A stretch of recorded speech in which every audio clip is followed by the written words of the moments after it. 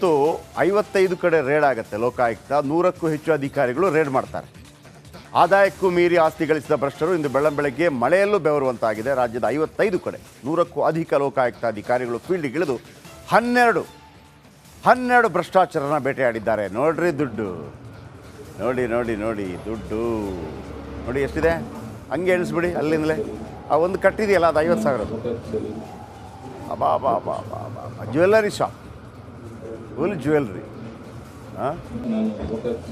ಆಮೇಲೆ ನಾವು ಹೇಳ್ತೀವಿ ಸರ್ಕಾರದ್ದು 2,000 ರೂಪಾಯಿ ಏನೋ ಗೃಹಲಕ್ಷ್ಮಿಯ 2,000 ಗೃಹಲಕ್ಷ್ಮಿ ಬಂದಿಲ್ಲ, 170 ರೂಪಾಯಿ ಅಕ್ಕಿದ್ದು ಬಂದಿಲ್ಲ. ಒಂದು ಕಡೆ ವಾಲ್ಮೀಕಿ ನಿಗಮದ್ದು ಎಣ್ಣೆಗೋಯ್ತು.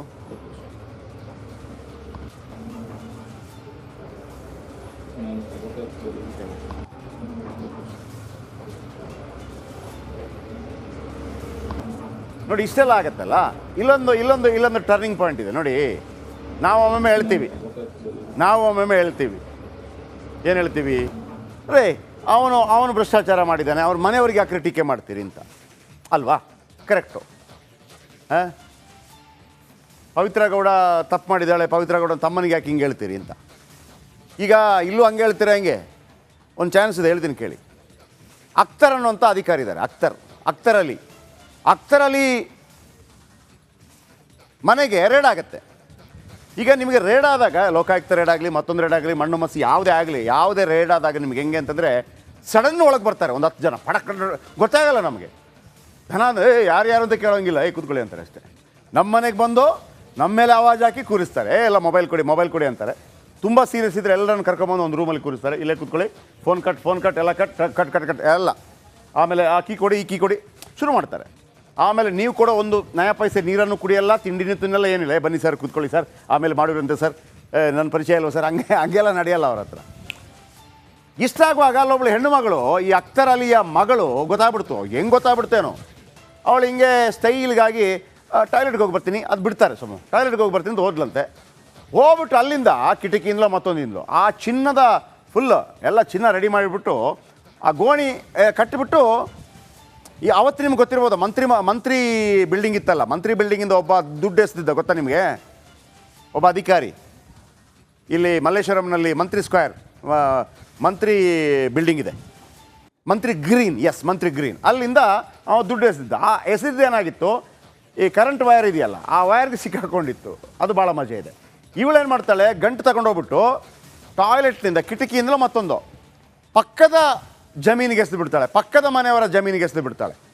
ಆ ದುರಾದೃಷ್ಟವಶಾತ್ ಲಕ್ಕೆ ಖರಾಬಿದೆ ಅನ್ನೋದು ಬೇರೆ, ಇದು ಬ್ಯಾಡ್ ಲಕ್ಕೆ ಖರಾಬಿದೆ ಈಕೆ.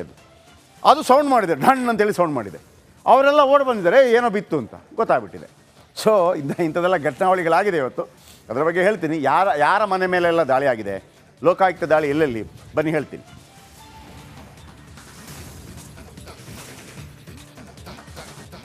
ಆಗಸ್ಟ್ 1 ತನಕ ಇದೀಗ ದರ್ಶನ್ ಜೈಲಲ್ಲಿ ಇರ್ತಾರೆ. ಅವರ ಇತ್ತೀಚಿನ movie Kaatera cinema super hit ಆಯ್ತಲ್ಲ, ಅದರ ನಿರ್ದೇಶಕರು ಮತ್ತು ಈ ತರುಣ್ ಸುಧೀರ್ ಯಾರು, ಮೊದಲು ವಿಲನ್ ಇದ್ರಲ್ಲ ಸುಧೀರ್, ಅವರ ಮಗ ಮಾಲತಿ ಸುಧೀರ್ ಅವರ ನಾಟಕ ಕಂಪನಿಗಳನ್ನು ನಡೆಸ್ತಾ ಇದ್ರು. ಇದೀಗ ತರುಣ್ ಸುಧೀರ್ ಅವರಿಗೆ ಮದುವೆ ಆಗ್ತಾ ಇದೆ. ಆ ಹೆಣ್ಮಗಳಿದ್ದಾಳಲ್ಲ ಸೋನಲ್, ಮಂಗಳೂರು ಭಾಗದ ಹೆಣ್ಣುಮಗಳು. ಅವರು ತುಳು ಸಿನಿಮಾದಲ್ಲೂ ಕೂಡ ನಾಯಕಿಯಾಗಿ ನಡೆಸಿದರು. ಆಮೇಲೆ ಅವರು ಇವತ್ತು ಬಂದಿದ್ದರು, ಅಂದರೆ ಮದುವೆ ಆಮಂತ್ರಣ ಪತ್ರದ ಬಗ್ಗೆ ಹೇಳೋದಕ್ಕೆ ಅಂತ. ಆಮೇಲೆ ಪಾಂಡವಪುರ ಶಾಸಕ ದರ್ಶನ್ ಪುಟ್ಟಣ್ಣಯ್ಯ ಬಂದಿದ್ದರು. ಆಮೇಲೆ ಕಾಂಗ್ರೆಸ್ನ ಒಬ್ಬ ಶಾಸಕರು ಬಂದಿದ್ರಂತೆ ಭೇಟಿಯಾಗೋದಕ್ಕೆ. ಏನು ವಿಚಾರ ನೋಡಿ ಈ ರಿಪೋರ್ಟ್.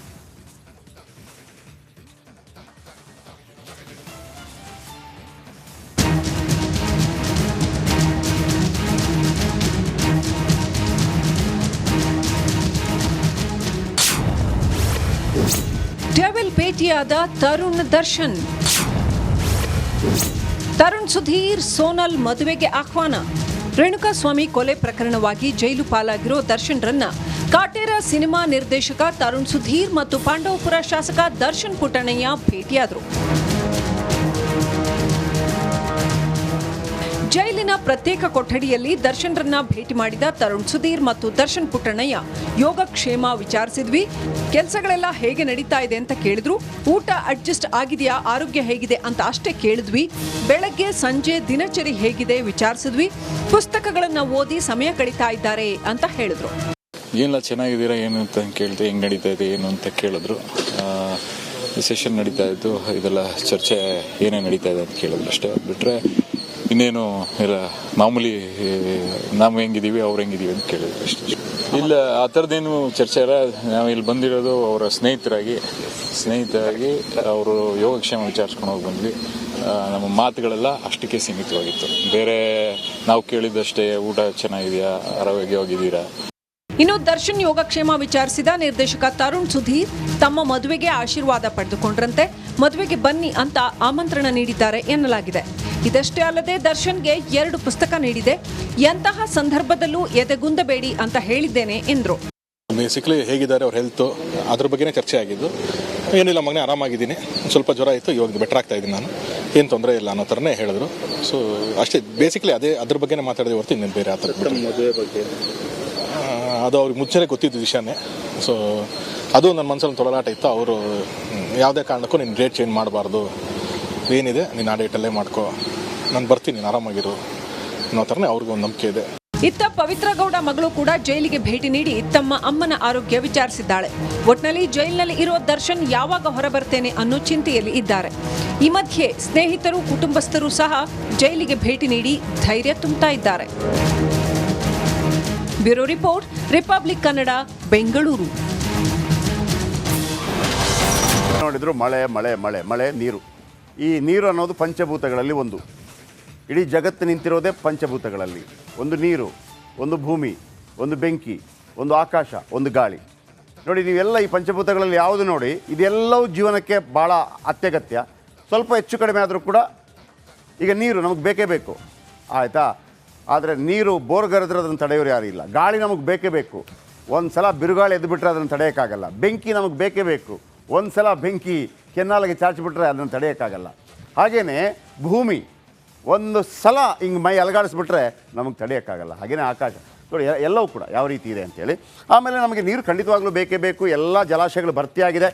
ಆಮೇಲೆ ಕರಾವಳಿ ಭಾಗದ್ದು ನೀವು ತುಂಬ ತಲೆ ಕೆಡಿಸ್ಕೊಳ್ಳುವ ಅಗತ್ಯ ಇಲ್ಲ. ಉತ್ತರ ಕರ್ನಾಟಕದಲ್ಲಿ ಆಗೋ ರೀತಿಯಲ್ಲಿ ತಲೆ ಕೆಡಿಸ್ಕೊಳ್ಳೋ ಅಗತ್ಯ ಇಲ್ಲ. ಯಾಕೆ ಅಂತಂದರೆ ಉತ್ತರ ಕರ್ನಾಟಕದಲ್ಲಿ ನಿಮಗೆ ಸಮುದ್ರ ಇಲ್ಲ. ಈ ನೀರು ಇದೆಯಲ್ಲ, ನಿಮಗೆ ಒಂದು ದಿವಸ 1.5 ದಿವಸ ಮಳೆ ಬಂದಿಲ್ಲ ಅಂದರೆ ಎಲ್ಲ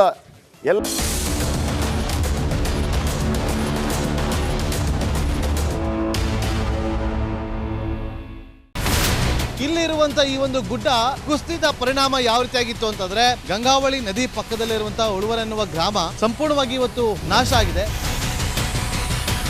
ಮನೆ ಮಠ ಏನಿಲ್ಲ, ಎಲ್ಲ ಹೋಗ್ಬಿಟ್ಟಿದೆ. ಇವತ್ತು ರಿಪಬ್ಲಿಕ್ ಕನ್ನಡ ಮಾಡಿದಂತಹ ಒಂದು ವರದಿಯಿಂದಾಗಿ ಎಚ್ಚೆತ್ತುಕೊಳ್ಳುವಂತ ಕೆಲಸ ಸರ್ಕಾರ ಮಾಡಿದೆ, ಸಚಿವರು ಕೂಡ ಮಾಡಿದ್ದಾರೆ. 2 ಗಂಟೆಗೆ ಸುದ್ದಿ ಮೂಡಿಸಿದ್ದು 6 ಗಂಟೆಗೆ ಎಲ್ಲ ಸಚಿವರು, ಮಿನಿಸ್ಟರ್ ಎಲ್ಲ ಬಂದು ಇಲ್ಲಿ ನೋಡೋಗಿದ್ದಾರೆ.